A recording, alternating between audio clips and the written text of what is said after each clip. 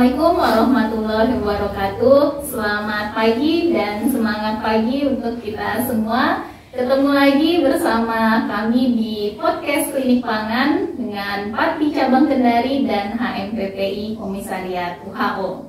Nah, kita kali ini akan melanjutkan kembali bincang-bincang terkait dengan stunting. Sebelumnya kita sudah membahas stunting, mungkin itu masih general ya, teori-teori mengenai si stuntingnya. Nah, kali ini kita akan bahas lebih dalam, lebih terkait praktisnya, apa sih yang bisa kita lakukan ya Pak untuk mencegah stunting. Nah, hari ini kita sudah punya narasumber yang tidak kalah kerennya dari yang sebelumnya, yaitu Bapak Dr. Labanudi SST MKes. Beliau adalah dosen di jurusan Gizi Poltekkes Kemenkes Kendari dan juga merupakan wakil direktur 1 di Poltekkes Kendari. Ya, Pak, mungkin boleh sedikit perkenalan, Pak? Ya, oke, terima kasih Bu Dila. Selain yang telah disebutkan oleh Bu Dila tadi, saya juga sebagai anggota Patpi di cabang UO, juga sebagai anggota Persagi, organisasi profesi gizi di Kendari, cabang Kendari. Iya, Bapak juga ini ya Pak ya, penelitian-penelitian Ya, itu memang bergerak di bidang pangan dan gizi gitu ya. Nah, selanjutnya penelitian saya setelah selesai S3 itu dari tahun 2007 sampai sekarang, penelitian saya itu tentang stunting pangan, ya kaitannya antara pangan dan stunting, terutama tentang pangan lokal. Nah, pangan lokal yang bagaimana bisa meningkatkan status gizi masyarakat ya. Ya. Mungkin sebelum ke sana ini Pak, kita kemarin sudah dibahas nih sama Bu Tres ya, yang namanya stunting itu kalau tinggi badannya itu di bawah -2 standar deviasi gitu ya. Tapi mungkin nih kalau masyarakat masih bingung mungkin ya, maksudnya seperti apa. Kalau praktisnya gimana begitu Pak? Kita mau tahu anak saya ini beresiko stunting atau tidak gitu. Ya. Oke, sebenarnya itu untuk antropometri, apakah berat badan, tinggi badan maupun yang lainnya, itu sudah ada standar. Ya, WHO ICHS telah menentukan standar. Umpamanya bayi lahir itu, baru lahir itu standarnya itu sekitar 47 sampai 49 sampai 50 cm. Nah, kalau bayi lahir di bawah itu berarti di bawah standar. Kalau dihitung standar deviasinya itu, ya akan mendapatkan nilai -2 sampai seterusnya. Jadi untuk pengkategorian itu, pertama untuk stunting yang dilihat itu adalah indeks antropometrinya. Indeks antropometri itu tinggi badan menurut umur. Kalau dihitung nilainya kurang dari -2 sampai -3 itu namanya pendek, stunting.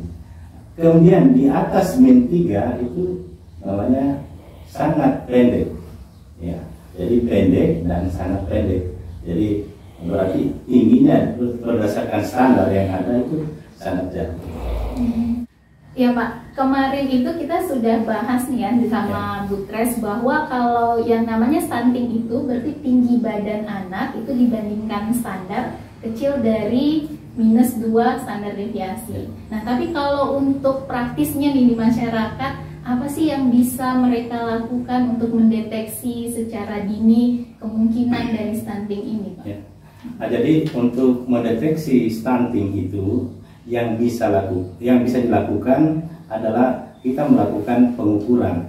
Pengukuran yang biasanya selama ini dilakukan itu adalah yang dilakukan oleh petugas kesehatan. Namun di lapangan itu petugas kesehatan diwakili oleh kader. Tapi itu yang biasa dilakukan tiap bulan, yaitu di posyandu. Ya, tapi kebanyakan di posyandu itu yang diukur itu adalah berat badan, tapi ada juga tinggi badan. Jadi tinggi badan ini kalau anak yang sudah bisa berdiri, tapi kalau belum bisa berdiri berarti dibaringkan, itu namanya panjang badan. Panjang badan. Jadi panjang badan itu diberikan pada atau diukur pada bayi yang belum bisa berdiri. Ada ketentuan-ketentuan khusus.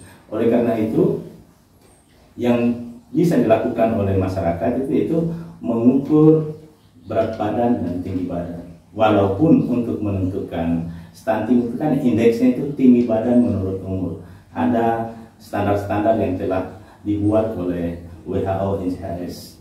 Jadi kalau seandainya anaknya itu dengan nilai kurang dari -2 dan seterusnya, maka harus dilakukan intervensi atau perbaikan gizi ke masyarakat, terutama pada bayi dan anak balita. Kalau normalnya anak bayi baru lahir itu panjangnya berapa itu Pak? Normalnya itu kalau standar yang telah ditentukan oleh WHO NCHS, bayi baru lahir itu 47 sampai 50 cm. Jadi kalau bayinya lahir itu diukur panjang badannya kurang dari 47 sampai 50, berarti dia tidak ya. Jadi normalnya seperti itu. Kalau sudah di bawah dari itu berarti sudah kurang. Nah, kalau kurang, nilainya akan mendapatkan nilai -2 dan seterusnya, dan itu harus ada penanganan khusus. Nanti kita masuk ini ke penanganan khusus ini ya Pak ya. Itu tadi bayi. Terus kalau dia kapan lagi nih ibu-ibu harus memeriksa panjang badan atau tinggi badan? Apakah bisa 1 bulan sekali atau itu kurang atau cukup 6 bulan sekali misalnya? Oke, sesuai dengan standar yang ada, itu pengukuran itu dilakukan tiap bulan. Tiap bulan. Bukan ya. Jadi standar itu bulan yang akan dilihat. Jadi umur bayi atau anak balita di umur tertentu sudah ada standarnya. Jadi sudah ada WHO NCHS itu sudah menentukan standar-standar itu. Dan itu kalau di posyandu mereka pakai standar, merujuk ke standar itu Pak? Di posyandu itu yang digunakan itu adalah KMS. KMS itu terjemahan dari standar-standar yang ada. Jadi di situ akan kelihatan kalau berada di bawah garis merah atau garis putus-putus, garis warna kuning dan seterusnya, berarti itu ada. Biasanya kader itu sudah mengetahui tentang itu. Oh, yang ada kayak grafiknya, yang kartu, yang depannya itu kayak gambar ibu ini ya, gendong anak kalau saya tidak salah. Betul, ya. Oh, ya. Nah, jadi di KMS itu sudah dipisahkan antara laki-laki dan perempuan. Jadi standarnya laki-laki dan perempuan itu berbeda. Berbeda. Lebih tinggi laki-laki daripada perempuan. Artinya tuh ibu-ibu yang punya bayi balita, idealnya sebulan sekali itu harus ke posyandu ya Pak ya, untuk mengetahui bagaimana pertumbuhan bayi dan balitanya ya.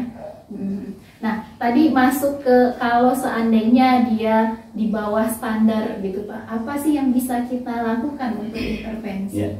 Kalau di bawah standar itu berarti kita harus melihat atau kita melihat dulu apakah ini masa lampau atau masa sekarang, karena penentuan status gizi itu kalau tinggi badan menurut umur itu adalah penentuan status gizi masa lampau sebelumnya. Jadi dilihat masa lampau ini mungkin boleh dijelaskan sedikit Pak. Masa lampau ini kapan baru lahir nih ceritanya ya?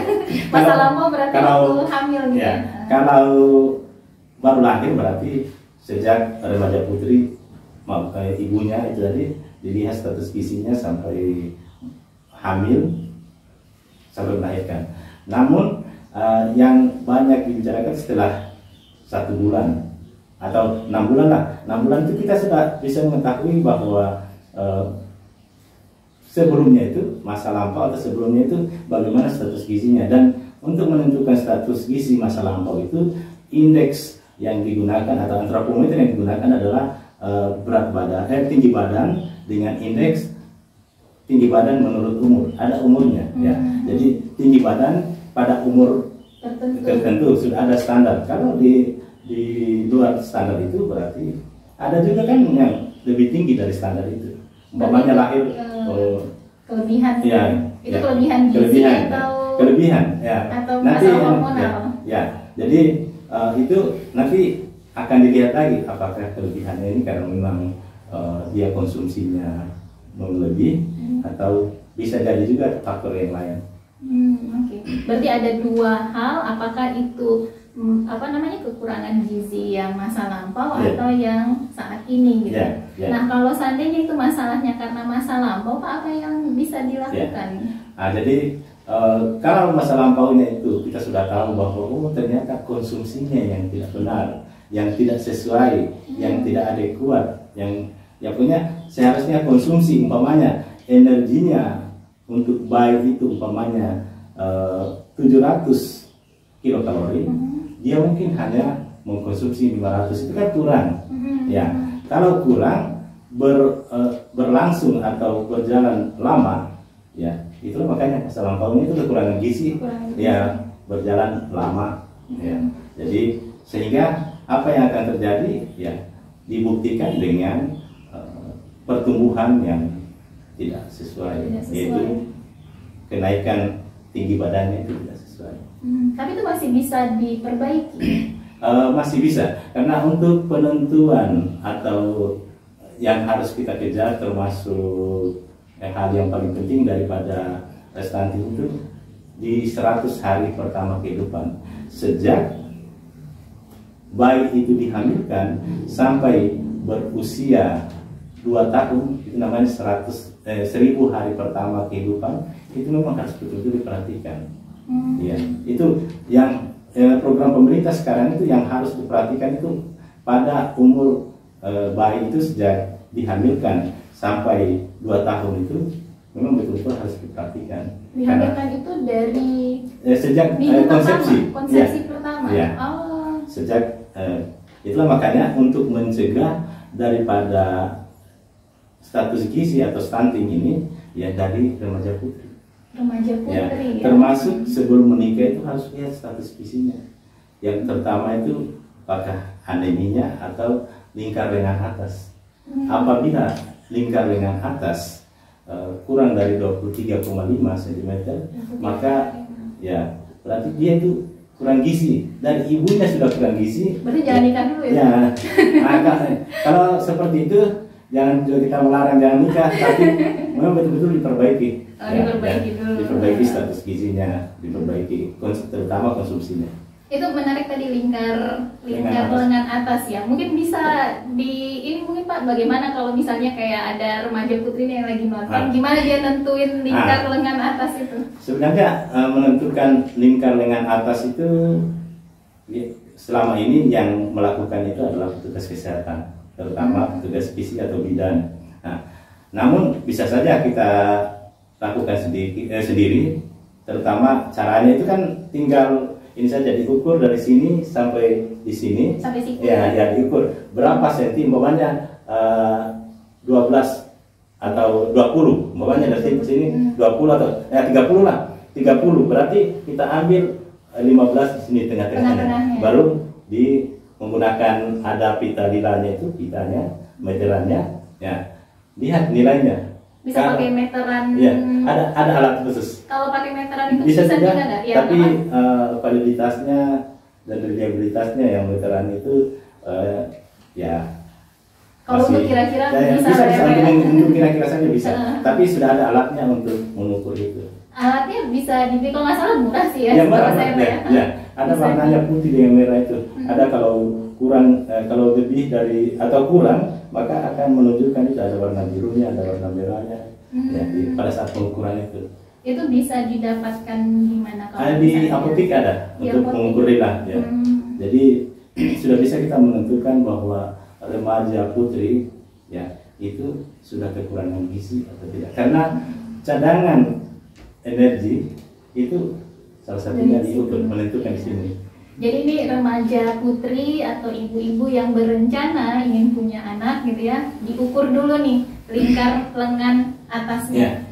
Bisa dibeli di apotek. Kalau apa namanya itu Pak? Alat pengukur lila. Ya, lila. Alat pengukur lila, atau Pak bisa juga pakai meteran tadi. Nah, diukur kalau dia kurang dari 23,5 berarti banyak-banyak makan dulu ya Pak ya. Gizi kurang. Gizi kurang. Istilahnya kurang energi kroni. Kekurangan energi kroni, ya.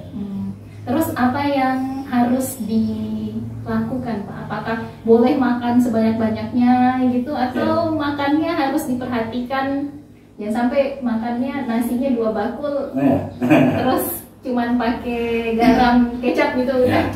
Oke. Jadi kalau konsumsi ini sebenarnya sudah ada aturan ya. Ada pedoman makan atau gizi seimbang pada remaja, ada gizi seimbang pada ibu hamil, ada gizi seimbang pada ibu menyusui, pada bayi dan seterusnya. Oh iya, kemarin kayaknya Bu Tres ngebutin itu piringku itu. Ya, isi piringku ya. Jadi sebenarnya sudah ada. Kalau untuk ibu hamil pada saat hamil itu ada ketentuannya dalam sehari itu makan nasi itu 4 sampai 5,5 piring sehari. Ya, umpamanya pagi 1 piring, ya, siang 2 karena ibu hamil kan butuh ya 2, atau mungkin pagi makan 1 piring, jam 10 karena lapar lagi makan ya sebelum makan siang ya. Jam 12 pokoknya sampai malam itu 4 sampai 5,5 piring, 5,5 piring. Terus kalau selain nasinya Pak, apalagi ikan harus ada sumber proteinnya ikan. Sumber protein ada untuk sesuai dengan ukuran rumah tangga ya. Untuk ikan itu 3 sampai 4 atau bahkan 4 sampai 5 potong. Bukan potongnya sebesar apa? Potongnya ya sekitar 75 sampai 100 gram. Ya, jadi nanti kalau ikan ya seperti ukuran biasanya ya. Ikan itu tuh seberapa besar ya? Sebegini potongan? Sekitar begini. Potongan ini yang dagingnya gitu ya. Jadi kan bukan hanya ikan, bisa telur, bisa daging dan seterusnya. Kemudian sumber proteinnya itu kan bukan saja dari ikan, bukan saja dari ikan atau daging, tapi bisa dari tahu, tempe, dari nabati ya. Dan itu sebaiknya makan ikan juga makan tahu dan tempe supaya kan namanya seimbang ya. Jadi kalau kurang ya dia akan berpengaruh terhadap janin yang ada dalam kandungan. Ya. Tadi Bapak bilang ada apa namanya standar atau panduan gitu ya untuk makan itu bisa ditemukan di mana Pak? Bisa diakses? Untuk panduan itu sebenarnya sudah ada di Dinas Kesehatan. Dan kalau kita dosen juga punya materi itu, kita pernah menyusun materi-materi seperti itu. Dan saya sudah membuat bukunya itu gizi kesehatan reproduksi. Untuk buku gizi kesehatan reproduksi. Jadi dari remaja putri, bayi, ibu hamil, ibu menyusui, bayi sampai manula, manusia selanjutnya. Itu bukunya dijual, bisa ditemukan di? Ya, menemukan buku itu ya salah satunya ke saya. Oh, bisa kontak nanti langsung ke Pak Labandi kalau misalnya ada yang berminat untuk tahu lebih dalam ya. Karena ternyata beda-beda ya Pak ya, ada remaja putri. Kalau kemarin Ibu Tres menjelaskan tuh yang untuk mulai dari yang sampai 23 bulan kalau tidak salah ya, piringkunya. 2 tahun tadi. Terus ada lagi tadi remaja putri, ada yang ibu hamilnya, menyusuinya, itu beda-beda makannya gitu. Memang untuk kita berbicara tentang stunting itu tidak kita melihat kondisi sekarang, kita harus melihat kondisi masa lalu. Ya, makanya apakah ibunya juga mengalami gizi kurang, cake-nya tadi, baik pada saat hamil maupun pada saat remaja, sebelum menikah atau sebelum punya anak lagi.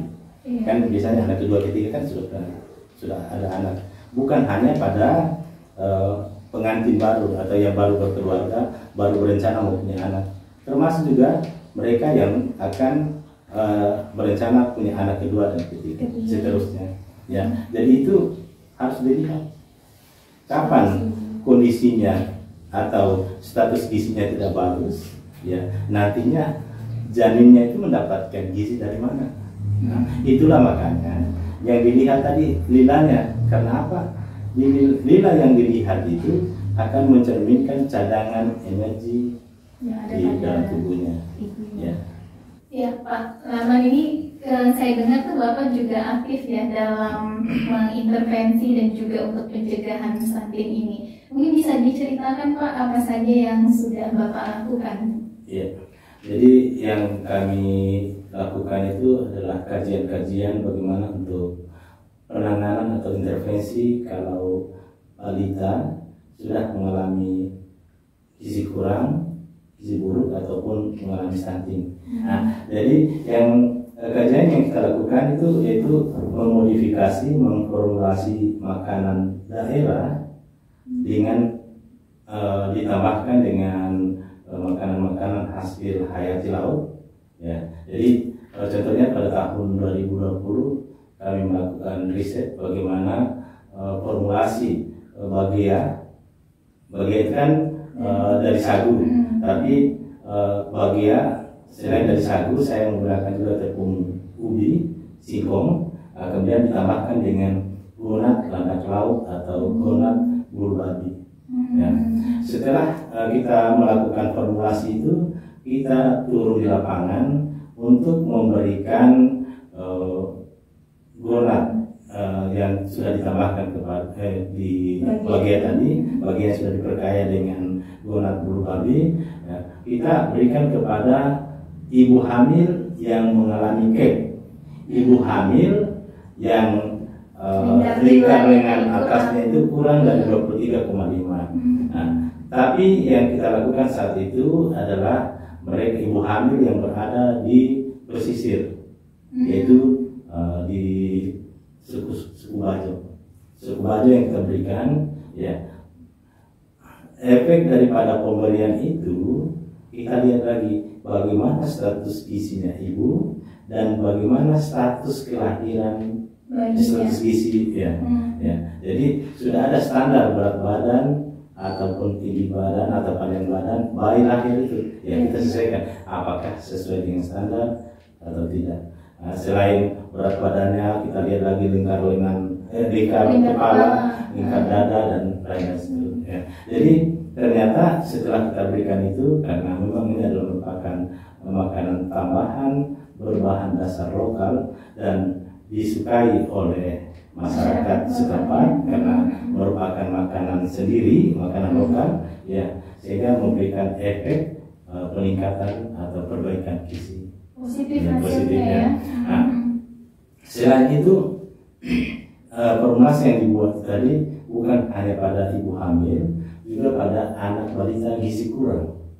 Ya, gizi kurang kita berikan formula yang telah kita buat, kemudian dikonsumsi dan kita lihat efeknya. Anak-anak suka juga. Ya, suka. Ya, karena makanan daerah kan. Iya. Ya. Nah, selain pada balita, kita coba lagi pemberian kepada remaja putri di SMP atau SMA. Nah, tapi yang kita lakukan waktu itu adalah di tingkatan SMP. Ya, kita berikan bagaimana peningkatan gula dan bagaimana peningkatan kadar HB, kadar apakah dia kurang darah atau tidak. Hemoglobinnya menentukan anemia atau tidak. Dan itu juga positif hasilnya, positif. Bisa meningkatkan status gizi ya Pak. Kita bandingkan kalau seperti anemia tadi, kita bandingkan remaja hanya diberikan tablet FE yang dari pemerintah itu, kemudian remaja diberikan tablet FE juga diberikan makanan tambahan tadi ya, dan kelompok yang ketiga hanya diberikan makanan. Tapi yang dari penelitian yang kita lakukan itu di samping diberikan tablet FE juga diberikan dengan makanan tambahan tadi.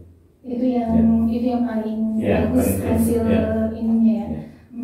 Itu resepnya bikin si bagiannya itu bisa di-share atau sudah hakikan itu sudah dihakikan, kemudian ya bisa sebenarnya sederhana pembuatannya itu seperti membuat bagian biasa, hanya ditambahkan dengan makanan hayati laut tadi yaitu bulu babi. bulu babinya itu gimana Pak cara? Apakah dikeringkan, dijadikan tepung atau gimana itu? Bulu babinya itu kita kan ambil gonatnya saja, telurnya istilahnya. Nah, yang warna kuning itu ya. Setelah itu ada kan proporsi. Kalau kita membuat bagia itu 50% itu adalah 60% itu adalah sagu, 40% itu menggunakan tepung tapioka atau tepung singkong tadi, kemudian 10% ya, dari gonat.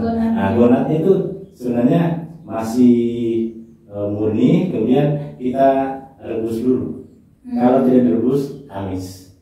Jadi direbus dulu. Kan ada juga dijual di pasar. Ya, direbus dulu, kemudian cair dimasukkan di adonan pembuatan bagia tadi. Terus dipanggang seperti biasa. Lakukan seperti biasa. Nanti kalau ada publikasi mungkin linknya bisa ya, nanti di deskripsi video ini bisa kita tuliskan link dari publikasinya Bapak. Siapa tahu nanti bukan hanya di daerah yang sudah Bapak berintervensi, orang lain juga bisa lakukan gitu ya. Apalagi banyak kan bulu babi atau itu di sini ya. Bulu babi banyak. Kemudian mencari bulu babi itu kan tidak sembarang tempat, ada tempat-tempat khusus. Jadi di situ ada karang, ada rumput yang ada di laut. Jadi saya sudah pelajari juga kalau bulu babi yang tinggalnya atau adanya itu di atas karang, isinya sedikit itu. Jadi jadi dia yang ada dengan rumput lautnya itu itu isinya. Kemudian untuk mencari juga bulu babi tidak sembarang waktu, harus air turun kemudian pada saat pertengahan bulan. Kayaknya ini topik baru lagi nih nanti untuk podcast untuk gimana kita bisa mendapatkan bulu babi dengan kualitas bagus. Kemudian lihat lagi itu bulu babinya itu kalau bulunya itu agak kekar, tidak mudah patah, itu isinya juga banyak.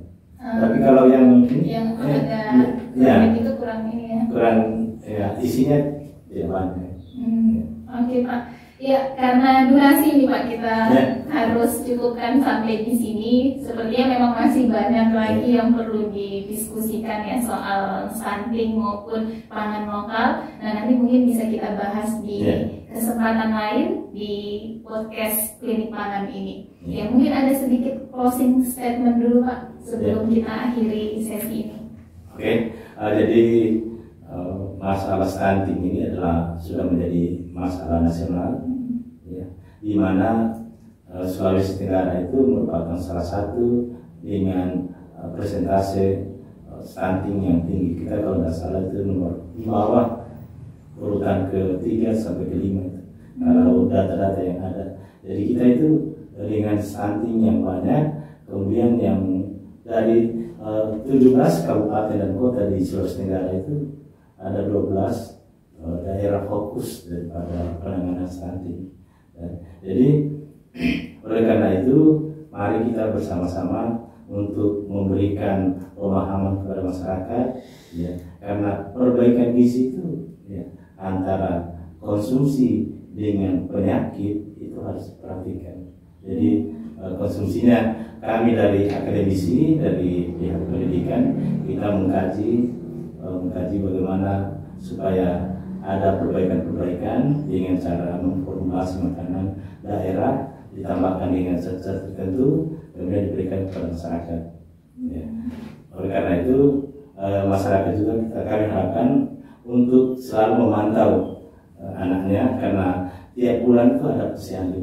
Jadi mari kita datang di posyandu, kita sudah tahu kondisi atau keberadaan status gizi anak kita itu berada di mana, posisinya di mana. Dari KMS saja itu sudah ditaruh. Oh, ternyata anak saya ini status gizinya kurang, buruk dan seterusnya, maupun yang normal. Jadi mari kita bersama-sama melawan atau memperbaiki kepada stunting ini, status gizi dalam hal ini stunting. Terima kasih banyak Pak. Dan memang kita harus perhatikan status gizi itu tidak hanya pada balita tapi di sepanjang kehidupan gitu ya Pak. Yeah. Mulai dari tadi remaja putrinya, ibu hamil, ibu menyusui, sampai pada usia 2 tahun. Iya. Oke, terima kasih banyak pemirsa yang sudah setia sampai akhir. Kalau ada topik-topik yang ingin dibicarakan selanjutnya bisa tuliskan di komen. Dan insya Allah kita akan bisa bahas, kita hadirkan narasumber-narasumber yang kompeten di bidangnya. Terima kasih banyak. Assalamualaikum warahmatullahi wabarakatuh.